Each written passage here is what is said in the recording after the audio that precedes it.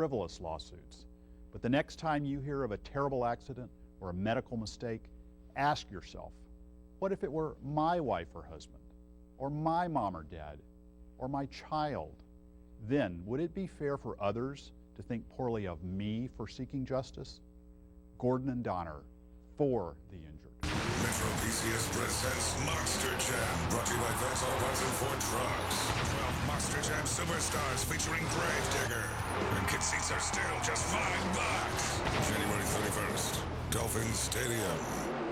When you think of ultrasound, you probably think of pregnant women, right? That's only the tip of the iceberg. Diagnostic ultrasound technicians also check patients for problems of the heart, abdomen, and more. And the career field is growing as more doctors use ultrasound instead of x-rays. So if you want a career where you can help people and be in demand, call ATI for career training. The number is on your screen. Call ATI right now. One call can change your life. Call now.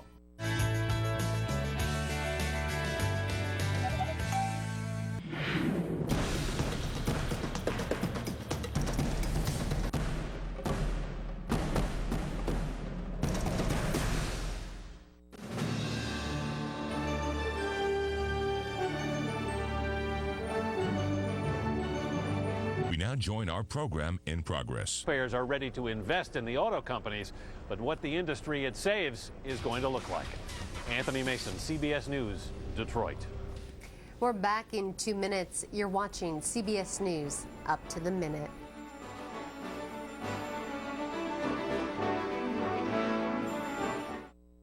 I'm one big bad mucus, and I'm taking over this town. To fight your baddest mucus, there's Maximum Strength Mucinex. One pill has the most mucus-fighting medicine to get rid of chest congestion for 12 hours. Maximum Strength Mucinex in, mucus out. Sensitive skin runs in the family. Oh, yeah. New fragrance-free Gold Bond Ultimate Soothing Lotion. Moisturizers, vitamins, and chamomile soothe and calm irritation. Irritated skin? History. Can your lotion do that? New Gold Bond Ultimate Soothing. This stuff really works.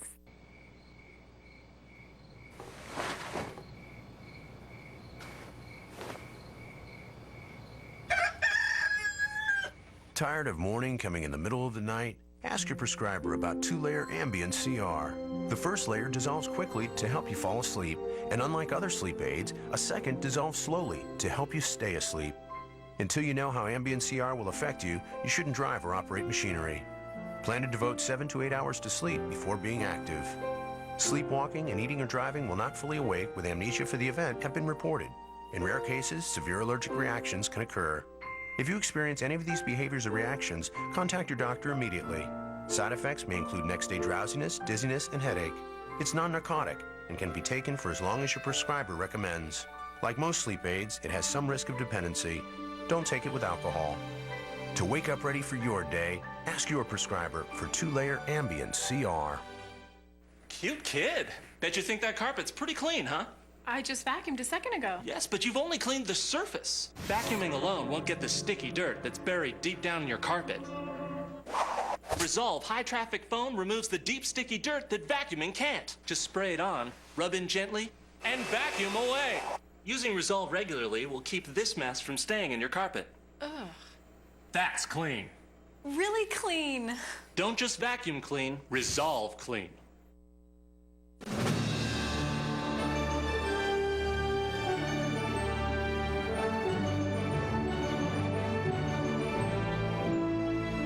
It's 10 past the hour. President-elect Obama says he'll fundamentally change how the remaining $350 billion of the financial bailout is spent.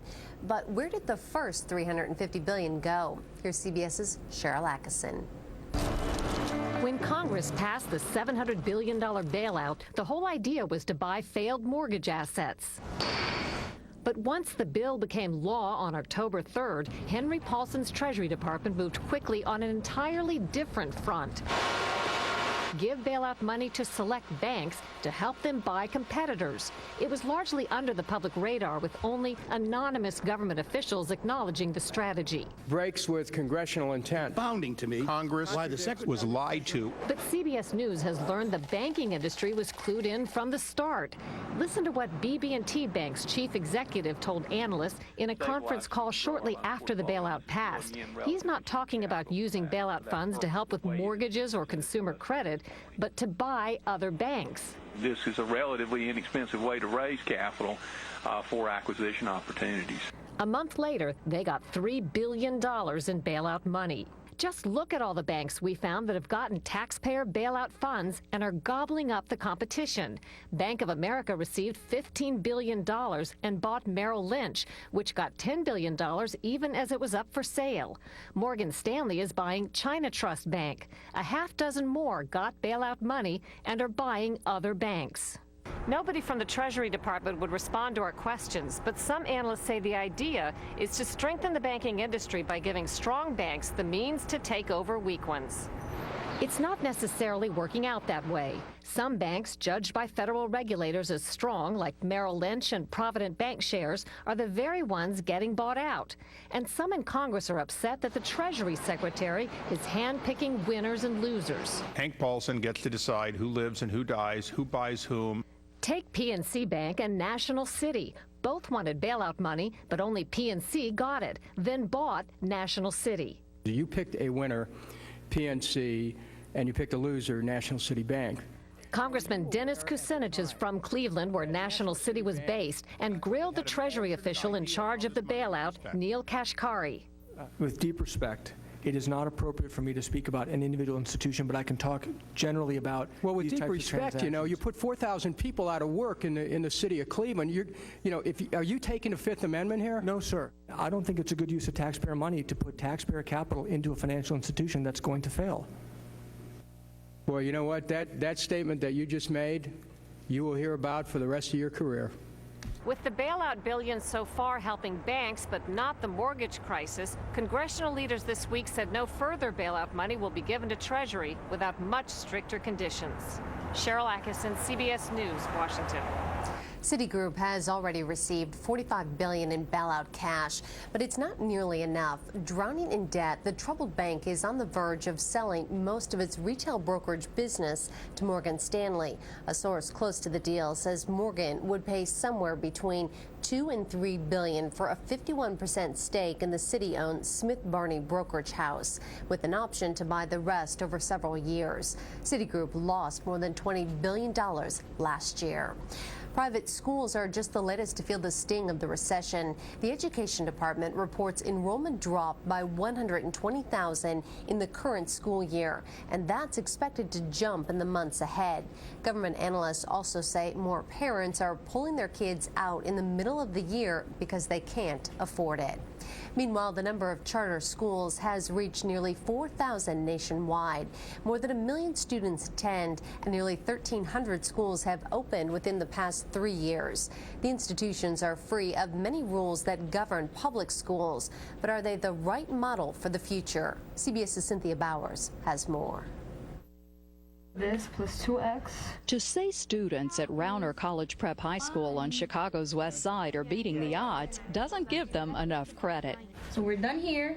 And they are exceeding even their own expectations. 3 hours of homework at night, it doesn't really bother me. Rauner is one of 7 Noble charter schools in Chicago.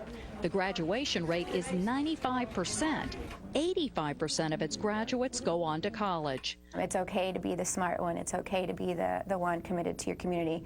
They find here a culture where it's safe. At the 2 public high schools in the same neighborhood, graduation rates are 50% and 67%, and fewer than 12% of those students meet even basic academic standards. Is the solution to have all charter schools or to have public schools use the charter school model? Yeah, and I think it is the latter. Do they have the freedom and accountability that charters do have? I want to thank all the people of Chicago. Arnie Duncan, Chicago Public Schools CEO and now Education Secretary nominee, has been a big proponent of giving failing schools more individual control. But only charter schools have the total freedom to hire non-union teachers and uncertified principals. We have the flexibility and the accountability to meet our students' needs and help really prepare them for college without the excuses. Yet, according to education watchdog David Stevens, high graduation rates and less red tape don't tell the whole story. I don't think it's necessarily a question of finding the right model and just, spreading it like wildflowers. He points to overall charter school student performance in science, reading, and math. All lag behind their public school peers. And Stevens says despite getting taxpayer dollars, charters can weed out students who aren't making the grades. We're looking at the survivors, right? We're looking at the students who had enough motivation to kind of stick through all the challenges that they faced. Still, charter schools like Rauner do provide students access to greater opportunities. I've been getting straight A's. I was so happy. I've never done that before in my life. And a chance at a brighter future in academically challenged times. Cynthia Bowers, CBS News, Chicago. Up next, did he try to fake his own death? Find out why police think a pilot lied about a mechanical error before crashing his plane. You're watching CBS News Up to the Minute.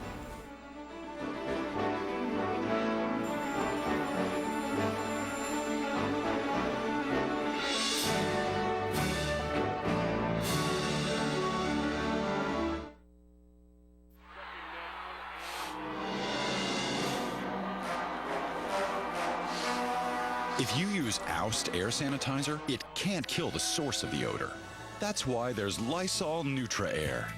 It eliminates odors in the air and kills 99.9% of bacteria at the source, so odors won't creep back. Oust air sanitizer can't do that.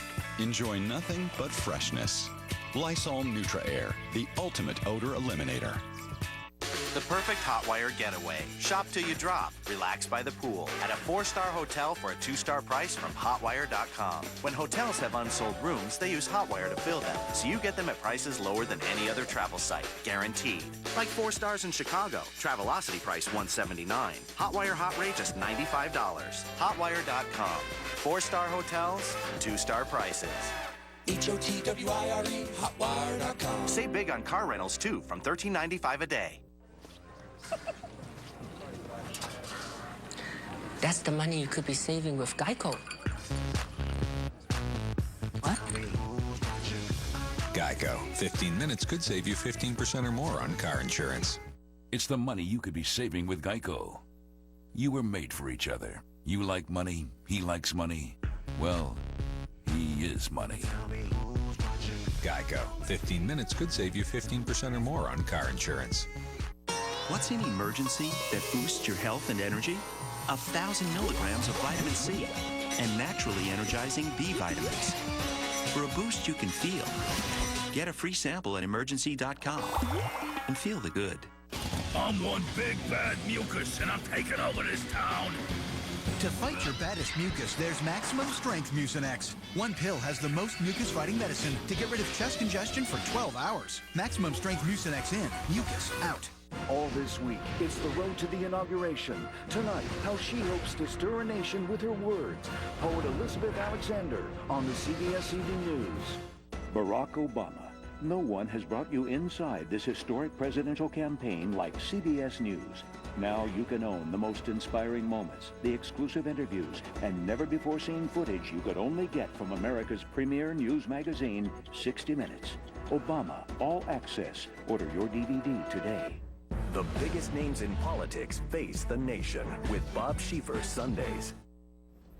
A manhunt is underway in Alabama for a pilot who authorities believe tried to fake his own death by jumping from his plane and letting it crash. The CBS's Terry Okita reports police were suspicious even before it hit the ground.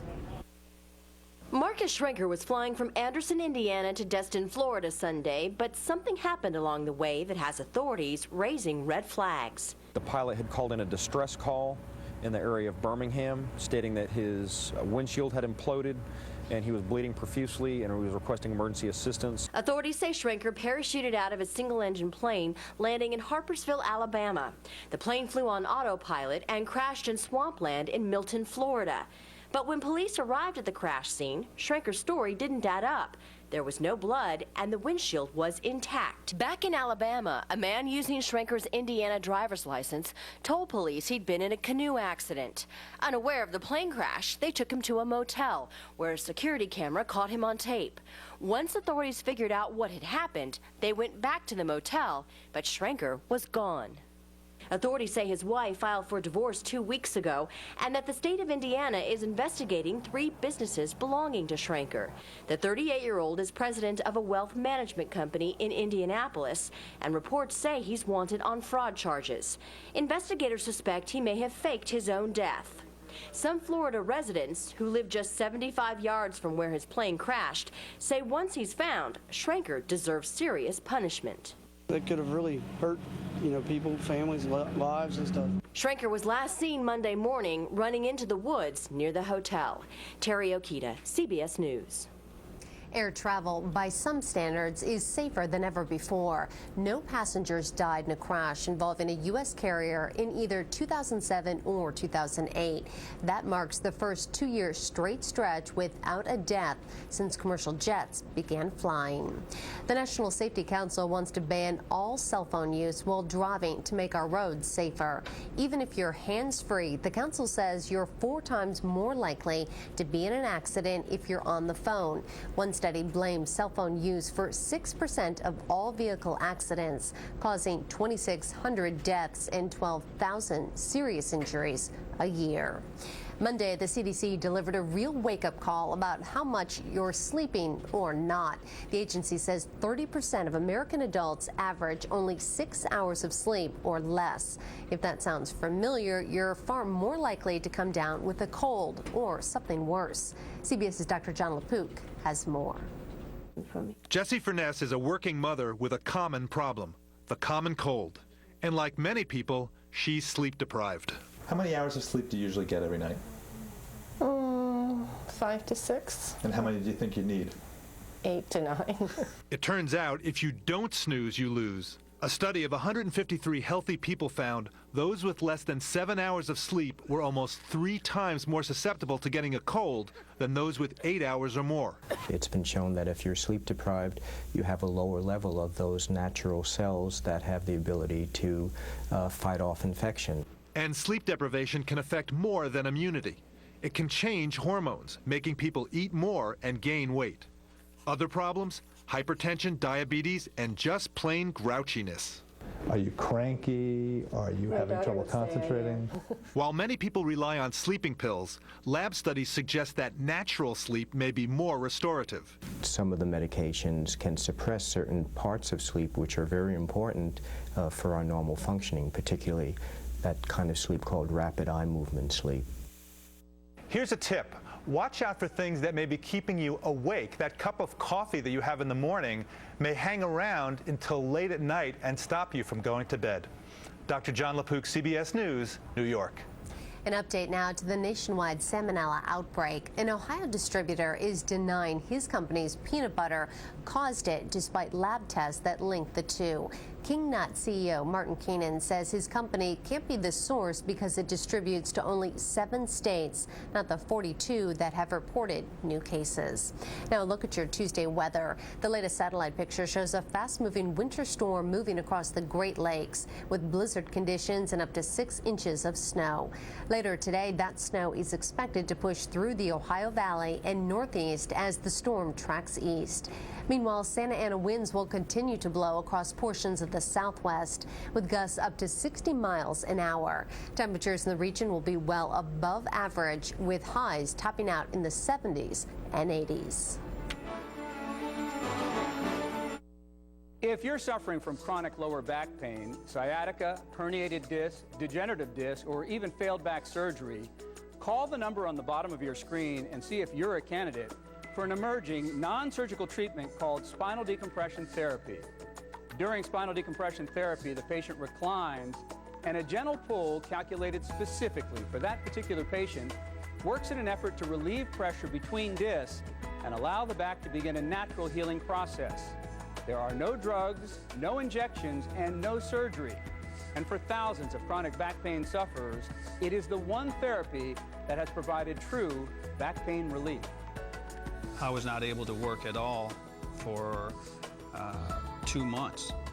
There was nothing I could do. I would go back to work on a light duty position, but even a light duty sitting in a chair doing menial work, after about 2 days, it would cripple me up again to where I couldn't even do that. It brought my life back to me. All the things I was doing before, playing with the grandchildren, playing with my children, is all back. I could do things with them, lifting them, rolling around with them, chasing them, playing with them. All those things came back without limitations. In my mind, spinal decompression is what you need to look at first. It's non-invasive. I've heard too many stories of surgeries that just didn't work, and the people wish they never had it done because in some cases they are worse off than what they were before. Your spinal decompression, it's got to be your first option. So if you're tired of living with back pain and don't want surgery, call today and see if spinal decompression therapy can help you. It's the hottest ticket of the year, and they're now in the hands of some very lucky people. Monday, tickets to Barack Obama's inauguration ceremony were distributed on Capitol Hill. About 125,000 of the nearly 250,000 highly coveted, color-coded tickets were made available through members of Congress. But with more than 1 million people trying to be part of that historic day, there are nowhere near enough to go around. CBS's Thalia Shuris has more. In about a week, the world will watch as Barack Obama becomes the 44th president. And on the D.C. Mall witnessing the swearing in could be at least 1 million people, attending through sheer luck, a special gift, or dogged determination. It was the luck of the draw at many congressional offices. New York Senator Chuck Schumer was deluged by 150,000 entries. 175 people hit the historic jackpot. I'm just thrilled and honored to have the privilege to be there and see such history take place. The Branch brothers of Tennessee were picked by their grandmother. This is their history. Who had secured tickets early and surprised them at Christmas. I screamed a little when I opened the envelope. If you have a ticket for the ceremony there at the Capitol and you're on the outer edge of the first 100,000 ticket holders, you'll be here around First Street. On the fringe of the 240,000 ticket holders, this is your spot, almost half a mile away, near 4th Street. And without a ticket, you could end up here, almost 2 miles away, near the Lincoln Memorial.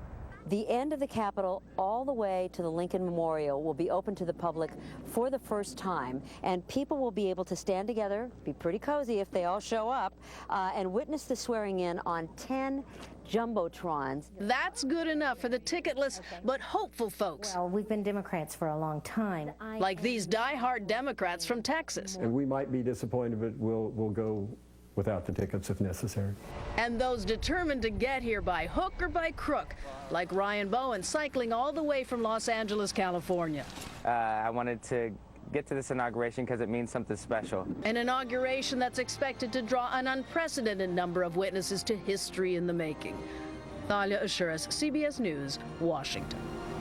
Thanks for joining us this half hour. This is CBS News Up to the Minute.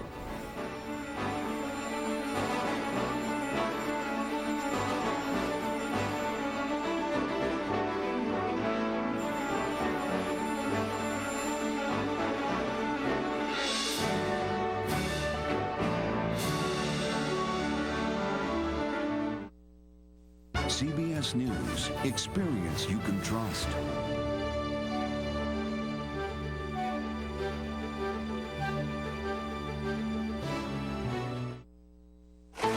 Now on CBS News Up to the Minute. It is clear that the financial system, although improved from where it was in September, is still fragile. The incoming president asked for a mountain of ammunition to battle the economic crisis.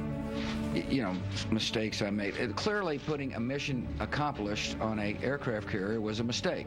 And the outgoing president looks back on his 8 years in office. Obviously, some of my rhetoric has been a mistake.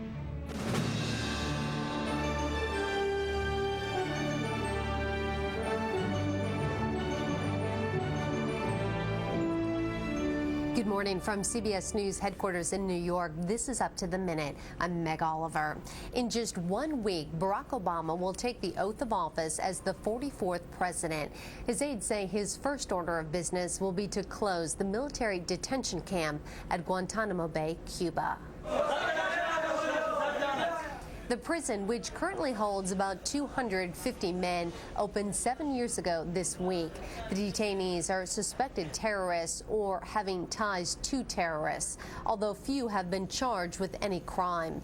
Dismantling the camp may be the easy part. Deciding what to do with the prisoners could take months. Guantanamo has become a global symbol of detainee abuse. Right now, dozens of prisoners are on a hunger strike, protesting their detention. Also topping Obama's agenda, the economic crisis. The president-elect wants the second half of the Wall Street ballot available when he takes office. President Bush has agreed to ask Congress to release the $350 billion. Mr. Obama promises this half will be spent wisely. Many of us have been disappointed with the absence of clarity, the lack of transparency, the failure to track how the money's been spent. And the failure to take bold action with respect to areas like housing, consumer credit, so that we can maintain credit flows, small businesses, students who need student loans, people who are interested in buying a car, getting car loans, that in all sorts of ways, Main Street has not seen the effects of these efforts. Democratic leaders on Capitol Hill are promising congressional investigations into how the first $350 billion was spent. Senate Democrats say their concerns have been met and they will allow Roland Burris to take Barack Obama's former seat. Burris was appointed by Illinois Governor Rod Blagojevich, who was recently impeached. With Burris, the Democrats will have at least 58 seats in the Senate, with the Al Franken-Norm Coleman battle in Minnesota going to court. President Bush will address the nation from the Oval Office for the final time Thursday night. Yesterday, he did the last press conference of his administration. It was dominated by the economic crisis. I believe the phrase burdens of the office is overstated. Yeah, it's kind of like, why me? Oh, the burdens, why did the financial collapse have to happen on my watch? It's just pathetic, isn't it? Self-pity. If you were sitting there and heard that the Depression could be greater than the Great Depression, I hope you would act too, which I did. And we've taken extraordinary measures. One of the very difficult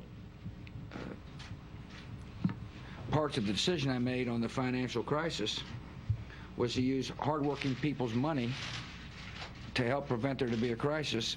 And in so doing, some of that money went into Wall Street firms that caused the crisis in the first place. I wasn't kidding when I said Wall Street got drunk and we got the hangover. Clearly, putting a mission accomplished on an aircraft carrier was a mistake. There have been disappointments. Abu Ghraib obviously was a huge disappointment during the presidency. Not having weapons of mass destruction was a significant disappointment. I don't know if you want to call those mistakes or not, but things didn't go according to plan, let's put it that way. You can watch President Bush's farewell address to the nation Thursday night at 8 Eastern right here on CBS. In other news, health officials in Minnesota say they've traced the nationwide salmonella outbreak to tainted peanut butter. King Nut peanut butter is distributed through food service providers and not sold directly to the public. Despite the recall, officials fear some institutions may still be using the poison spread. So far, 400 people in 42 states have gotten sick. Overseas, peace talks in Cairo have done nothing to stop the war raging in Gaza. International relief operations have resumed, but Hamas and Israel are still firing rockets at each other and fighting house to house in Gaza City. CBS's Mark Phillips has more. For the Israelis, the only way out is in, deeper into Gaza with more troops and more firepower. seeking out Hamas fighters, and when they can't find them, flattening their houses. But Hamas continued to fire its rockets, although fewer of them, into Israel. There were no reported injuries, but there were plenty again in Gaza, whose people continued to pay the highest price in this conflict. The Israeli war cabinet is reportedly split on whether to push further into Gaza's urban areas and cause more civilian casualties, or declare victory and stop. Either way, Israel's foreign minister told CBS News Israeli troops may be forced to stay in Gaza for some time. We hope to find the way to live in peace and to protect our citizens without reoccupying Gaza. But at the end of the day, we need to, in the Middle East, the choice is between bad options. The options are particularly bad for Palestinian families trying to stay out of harm's way. Many in the southern part of the Strip got phone calls from the Israelis warning them to leave because of imminent attacks. They didn't need to be told twice. The Israelis say that they have intelligence from within Gaza that the Hamas leadership there, unlike the brave talking leadership in exile in Syria, is beginning to crack. And so they're determined to pile on the pressure until it does. Diplomatic efforts may be continuing to try to end the fighting, but they have yet to provide the protection from Hamas rockets Israel says it needs. Can you get out and still have the guarantees that you want? The best guarantee is our forces, which were in action again tonight. Mark Phillips, CBS News on the Israel-Gaza border. Despite plunging car sales and the big three on the brink of bankruptcy, U.S. automakers and their foreign counterparts continue to roll out new models at the Detroit Auto Show. CBS's Drew Levinson is there. Manufacturers at the North American International Auto Show are desperate to get you in the showroom, making offers you can't refuse. We got unprecedented incentives ourselves, General Motors, all of our brands. But analysts say forget the rebates and deals. Focus on and promote the product. The fact that the cars get better fuel economy than they've ever gotten, that they deliver more versatility, more reliability, lower cost than they've ever delivered. This show comes at a time when the Detroit automakers are reeling, still wondering if that congressional bailout money will be enough. Though they say they're optimistic for a turnaround, the car companies know it's going to be tough. But they are determined to replace the odor of despair with the scent of a new car. Drew Levinson, CBS News, Detroit.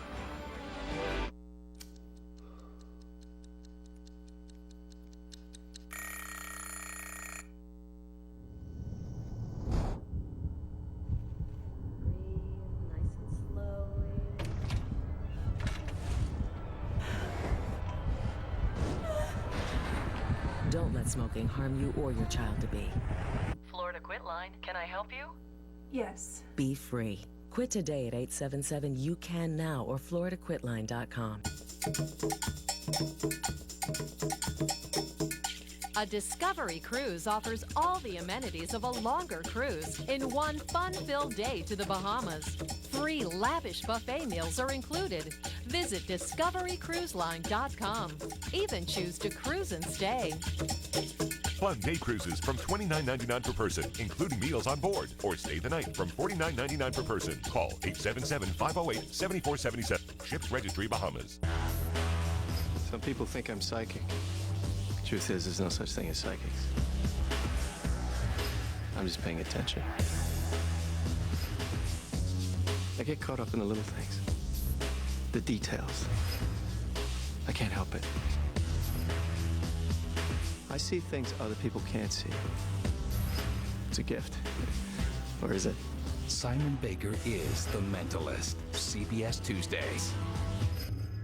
When it comes to watching out for you, what has CBS 4 News been up to lately? An investigation into your child's safety. We've made it easy for you to investigate any licensed daycare here in South Florida. An I-team investigation into nail salons. It's a story that might help you better protect yourself. A safety alert. Serious security breaches remain in America's aviation system. A 7-minute, really easy test that could save your life. We're here to help you live better in South Florida. CBS 4 News.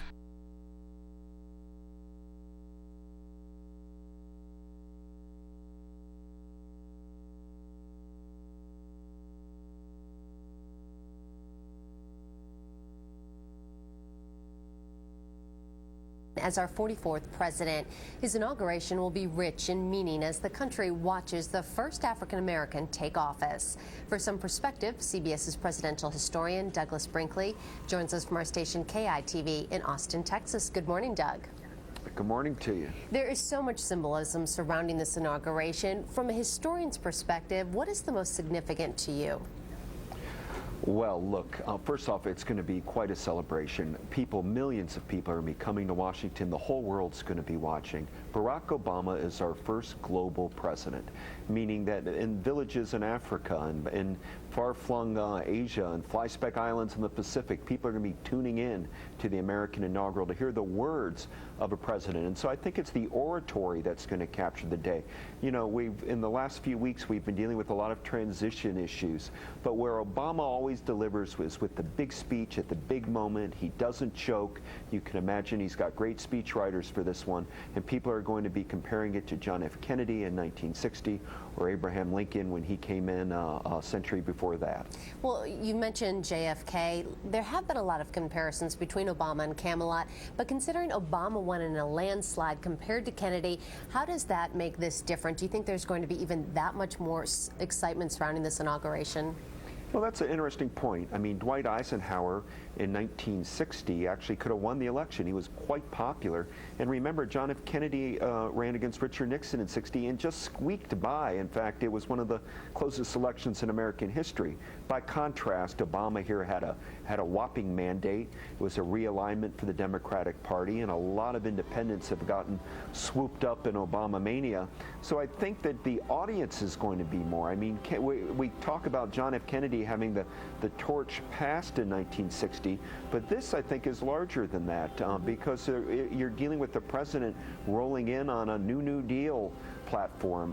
Yes, the economy's in bad shape. Yes, we're fighting 2 wars abroad, but the opportunity here to unite the country around his rhetoric and what he represents, and what he represents is the fact of the matter that he is the civil rights movement personified. Don't lose sight of the fact that the Monday before the inaugural will be Martin Luther King Day, and there's going to be a great connection between King and Obama, and that continuum that went on from the early 60s till today. Well, like Kennedy, there's also the generational appeal. Our first young president in quite a while. They're bringing young kids into the White House. You mentioned to me off camera that presidents with children tend to do better in office. What has history shown about that?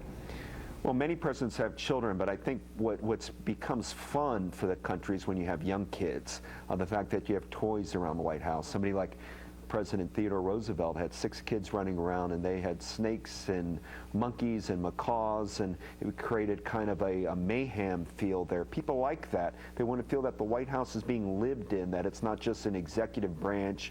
And I think particularly so since 9/11, because if you go to Washington, you see these concrete barricades around the White House. It hasn't felt much like the people's house, but the fact that the Obamas have 2 young kids and they're going to school, and we're going to be talking about what they're eating and what they're wearing, probably too much so. Probably the Obama's biggest fear is that there's going to be this media frenzy about them in the White House, and their kids overanalyze. But I think it's exciting for the American people. It will be exciting, but how do you protect your children's privacy in a day and age when everybody, it seems, has a camera on their cell phone? It's going to be rough in Washington, but I think that's what Camp David is for, and you're going to see them getting away there at that retreat. They're away from cell phone cameras. They're away from the media glare. Presidents don't realize how much they use Camp David when they first get started. They don't think they're going to go there that often, and suddenly Fridays you take the presidential helicopter and off you go to the Maryland mountains. I want to talk to you about Bush's legacy, but before we get to that, just one last question about Obama, and that's just the sheer fascination about him. And he also has this status as a celebrity. Have we ever seen it at this level when you look back over the years? I mean, we saw it play out in Hawaii when the paparazzi went crazy when he took off his shirt. I know President Kennedy was also photographed like that, but have you ever seen it to this level? No, because really, you know, it was really the 1990s where we started having about 1 billion emails going around the world every second. And we started being able to communicate with cultures in a different way. And Obama's the first, you know, internet president in the real sense. It's that generation, my generation in our 40s, that where we didn't grow up with typewriters as much as the laptop, and therefore he's communicating. People around Obama are kind of a global community. I think that you have to go to something like Muhammad Ali in another way too, who's not been mentioned a lot lately. But Ali broke a lot of ground. It used to be he was the most well-known figure in the world. And here I think Obama's in much of the shadow of that. And there's kind of a one-worldism about Obama in the Bob Marley sense of kind of a one love. He's something about Nelson Mandela and Barack Obama, or about many Nobel Prize winners. People are looking for him to be a great peace leader, which is an added pressure. So he's kind of king and Kennedy and Ali and Bob Marley all rolled up in one. That's a lot. And Doug, before we go, as we say goodbye to President Bush, what do you think will define his legacy? Well, it's not good. It's quite grim. I mean, we're in a terrible economic recession, and the war in Iraq has been considered a mistake by most people. So I don't know where the good news is. I think that the Bush legacy, as out of Southern Methodist University, will be spun over that we weren't attacked after 9/11. People will say, remember the bullhorn moment, and that he implemented homeland security measures which made our ports much safer, and that the fact that on his watch we weren't whacked again like we were in 9/11 will be what the main part of his legacy. There'll be other pieces, U.S.-India relations, the work he did in Africa with AIDS, but it's small pickings. This is a president that will be in that bottom rung of presidents with people like Warren Harding and James Buchanan. CBS's presidential historian Doug Brinkley. Sorry to wrap you. We have to go. Thanks so much. Thank you. Still ahead, new controversy for Prince Harry, what he recorded himself saying that has the UK in an uproar. You're watching CBS News Up to the Minute.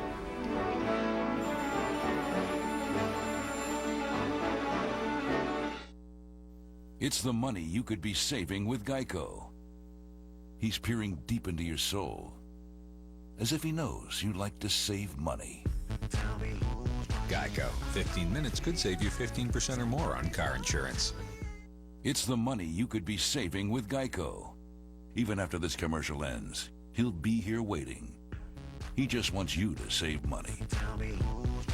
Geico. 15 minutes could save you 15% or more on car insurance.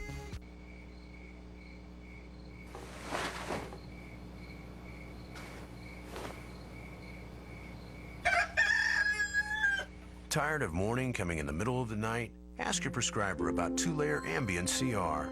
The first layer dissolves quickly to help you fall asleep, and unlike other sleep aids, a second dissolves slowly to help you stay asleep. Until you know how Ambien CR will affect you, you shouldn't drive or operate machinery. Plan to devote 7 to 8 hours to sleep before being active. Sleepwalking and eating or driving while not fully awake with amnesia for the event have been reported. In rare cases, severe allergic reactions can occur. If you experience any of these behaviors or reactions, contact your doctor immediately. Side effects may include next-day drowsiness, dizziness, and headache. It's non-narcotic and can be taken for as long as your prescriber recommends. Like most sleep aids, it has some risk of dependency. Don't take it with alcohol. To wake up ready for your day, ask your prescriber for 2-layer Ambien CR. Working in a hospital means lots of hand washing. And extremely dry skin. Gold Bond Ultimate Healing Lotion. 7 intensive moisturizers, 3 vitamins, plus healing aloe for healthy skin. Can your lotion do that? This stuff really works. I'm one big bad mucus, and I'm taking over this town. To fight your baddest mucus, there's Maximum Strength Mucinex. One pill has the most mucus-fighting medicine to get rid of chest congestion for 12 hours. Maximum Strength Mucinex in, mucus out. A lot happens early, on the road to the inauguration, with the first mother-in-law moving in. We look back at other first relatives and what went on behind closed doors on the early show coming up. When the questions are just as important as the answers. Aren't you going to have to tell them that they just can't do that? There's one place where the biggest names in politics face the facts, face the truth. How bad is this situation right now? Face the Nation with Bob Schieffer, Sundays on CBS. Road to the inauguration, all this week on the CBS Evening News with Katie Couric. It's 19 past the hour. Top stories and up to the minute. Israeli troops are on the move in Gaza. Residents say soldiers are advancing into the city's bomb-ravaged suburbs for the first time. Democratic lawmakers say they hope to have an economic stimulus ready for the next president's signature by mid-February. But numerous provisions remain unsettled. And Roland Burris says he's humbled and honored to be Illinois' next junior senator. Senate Democrats have announced that they will accept Burris to fill Barack Obama's Senate seat and expect to swear him in soon. In overseas trading, Japan's benchmark Nikkei index dropped 4.5%, closing down 422 points to finish at 8,413. Alexis Christophorus has more in this morning's CBS News Money Watch. The recession put a huge dent in Alcoa's earnings. The aluminum giant kicked off what's expected to be one of the worst earnings seasons in decades. The company said it lost over $1 billion last quarter as demand for aluminum plunged. The company is currently in the midst of cutting 15,000 jobs and is slowing production. Its stock price is down about 70% over the past year. On Wall Street, investors sold off stocks in anticipation of a dismal earnings season. The Dow finished down 125 points. The NASDAQ fell back nearly 33. If you received a KB Toys gift card for the holidays, it isn't totally worthless after all. The bankrupt toy retailer stopped accepting gift cards this past weekend, but now rival Toys R Us says you can use your KB Toys gift card at its stores for 15% off one item. And despite the recession, people are playing the lottery. In 25 states, sales of scratch-off games and lottery tickets have been on the rise since July. Some researchers say financial insecurity might drive people to risk more of their money than usual in hopes of a big payoff. And that's your Money Watch. Click on cbsnews.com for more business headlines. In New York, I'm Alexis Christophorus. He's considered the bad boy of Britain's royal family, and now Prince Harry is in trouble again, this time for something he said a few years ago that he recorded himself. CBS's Elizabeth Palmer reports. Can't beat that. Prince Harry shot the video in 2006 as he and fellow cadets were waiting to fly to Cyprus on training exercises. Zooming in on one of his platoon members, Harry identifies him as a Paki. Little Paki friend.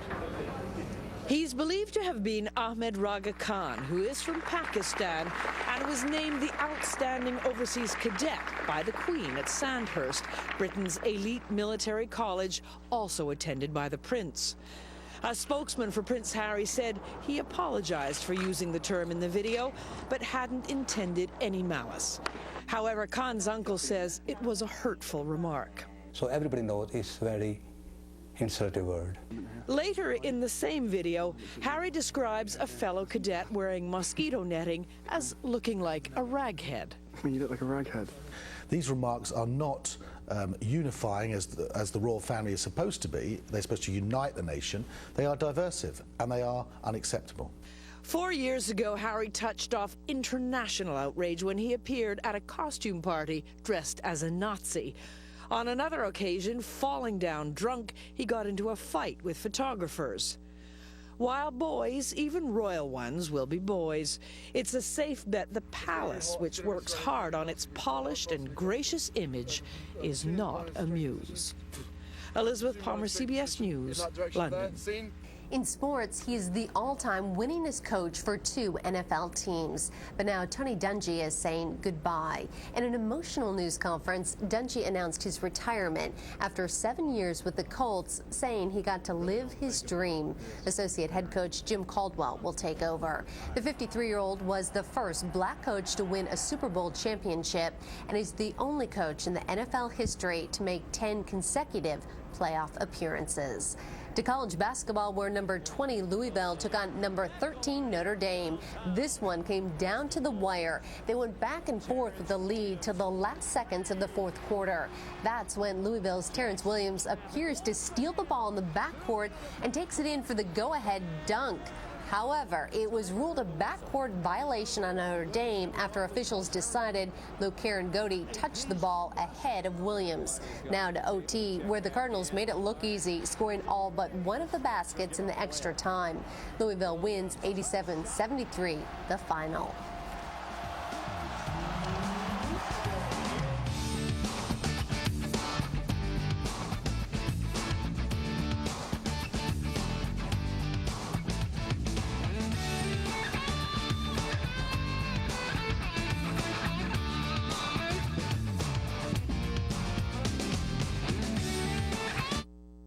If you're suffering from chronic lower back pain, sciatica, herniated disc, degenerative disc, or even failed back surgery, call the number on the bottom of your screen and see if you're a candidate for an emerging non-surgical treatment called spinal decompression therapy. During spinal decompression therapy, the patient reclines, and a gentle pull calculated specifically for that particular patient works in an effort to relieve pressure between discs and allow the back to begin a natural healing process. There are no drugs, no injections, and no surgery. And for thousands of chronic back pain sufferers, it is the one therapy that has provided true back pain relief. I was not able to work at all for 2 months. There was nothing I could do. I would go back to work on a light duty position, but even a light duty sitting in a chair doing menial work, after about 2 days, it would cripple me up again to where I couldn't even do that. It brought my life back to me. All the things I was doing before, playing with the grandchildren, playing with my children, is all back. I could do things with them, lifting them, rolling around with them, chasing them, playing with them. All those things came back without limitations. In my mind, spinal decompression is what you need to look at first. It's non-invasive. I've heard too many stories of surgeries that just didn't work, and the people wish they never had it done because in some cases they are worse off than what they were before. Your spinal decompression, it's got to be your first option. So if you're tired of living with back pain and don't want surgery, call today and see if spinal decompression therapy can help you. When Barack Obama becomes president next week, he'll be a living testament to the generations of African Americans who paved the way. CBS's Michelle Miller has the story of one history maker who's ready to witness history again. I was number 7, that's right. Lucky 7. At 86, Roscoe Brown still fits into the flying jacket he wore in World War II. The jacket I flew in when I was over Berlin shooting down a jet plane. And next week, he'll be in D.C., an honored guest at President-elect Obama's inauguration. To go for inauguration of the first African-American president that we like to think we helped make possible is really very exciting. He's talking about being a part of the first all-black flying unit more than 60 years ago. They were pioneers, and no pioneer has it easy. About 1,000 pilots known today as the Tuskegee Airmen. Even though the War Department had issued a study back in 1925 that said Negroes didn't have the intelligence or the courage or the leadership to be in combat units, we proved that we did. Their job was to escort bombers and guard them from enemy fighters. But even in combat, the military was segregated, so they also had to fight prejudice from the same white pilots they were protecting. One of the pilots from the Deep South said he wasn't going to sleep with any Negroes, and he's going to sleep in the plane. But when it got to be about 10 degrees, he finally let his basic needs overcome his prejudice, and he knocked on the door and said, "Can I come in?" The Germans never shot down a bomber the Tuskegee Airmen were defending. Their accomplishments helped force the integration of the military. And next week, the military will answer to its first African-American commander-in-chief.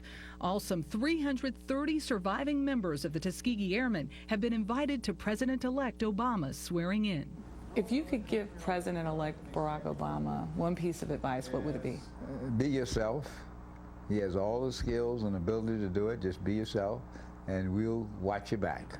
Given the record of the Tuskegee Airmen, that's no empty promise. Michelle Miller, CBS News, New York. Thanks for joining us this half hour. This is CBS News Up to the Minute.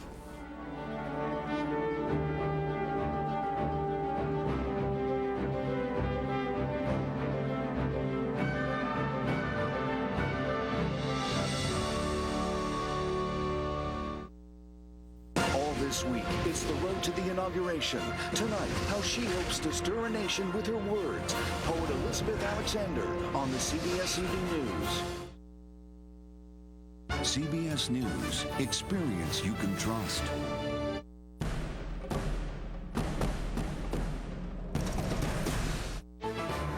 Lightning flares. Israeli troops advance into the outskirts of Gaza City. Killer cold, freezing temperatures, and blizzard conditions blanket the plains and Midwest. And parting shots. In his final news conference, President Bush says the burdens of the office are overstated. Why me? The burdens, you know. Why did the financial collapse have to happen on my watch? It's just pathetic, isn't it? Self-pity.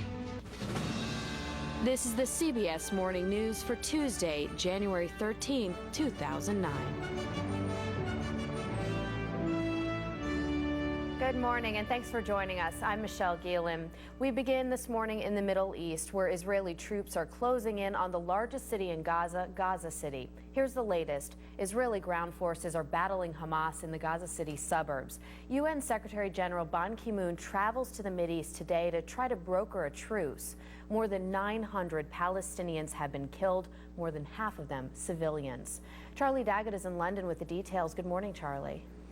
Good morning to you, Michelle. The Israeli military says its aircraft attacked more than 60 targets, including tunnels used to smuggle arms across the border from Egypt, as ground troops continue their push on Gaza City.